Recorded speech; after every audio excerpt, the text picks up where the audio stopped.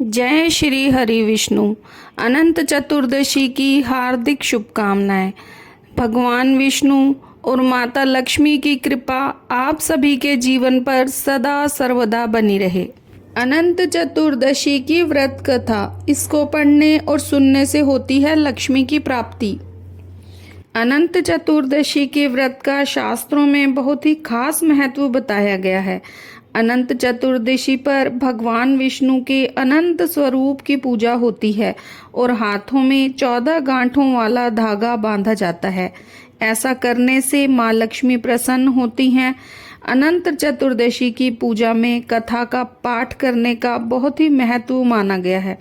तो आइए सुनते हैं कथा, जिसे कि बहुत ही प्रसन्नचित्त मन से ध्यान लगाकर पूरा सुने और कमेंट बॉक्स में जय श्री हरि विष्णु जरूर लिखें।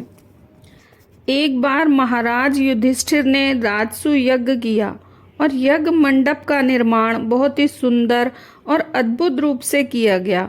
उस मंडप में जल की जगह स्थल और स्थल की जगह जल की भांति होती थी। इससे दुर्योधन को एक स्थल देखकर जल कुंड में जा गिरे।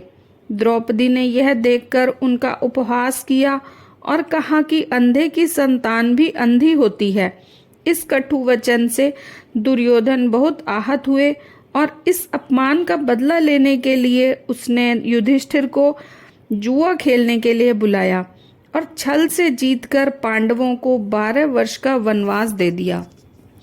वन में रहते हुए उन्हें अनेकों कष्टों को सहना पड़ा। एक दिन वन में भगवान कृष्ण युधिष्ठिर से मिलने आए।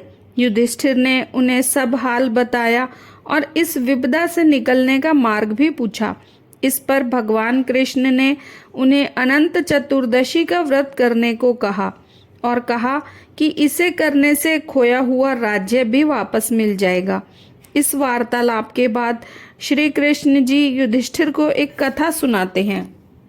प्राचीन काल में एक ब्राह्मण था। उसकी कन्या थी जिसका नाम सुशीला था।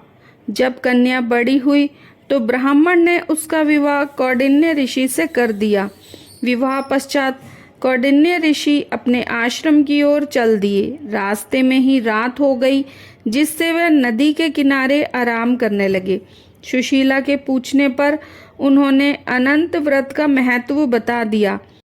सुशीला ने वहीं व्रत का अनुष्ठान कर 14 गांठों वाला डोरा अपने हाथ में बांध लिया।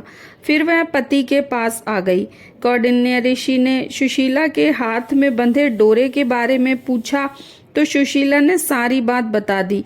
कौंडिन्य ऋषि सुशीला की बात से अप्रसन्न हो गए। उसके हाथ में बंधे डोरे को भी आग में डाल दिया। इससे अनंत भगवान का अपमान हुआ, जिसके परिणाम स्वरूप ऋषि की सारी संपत्ति नष्ट हो गई।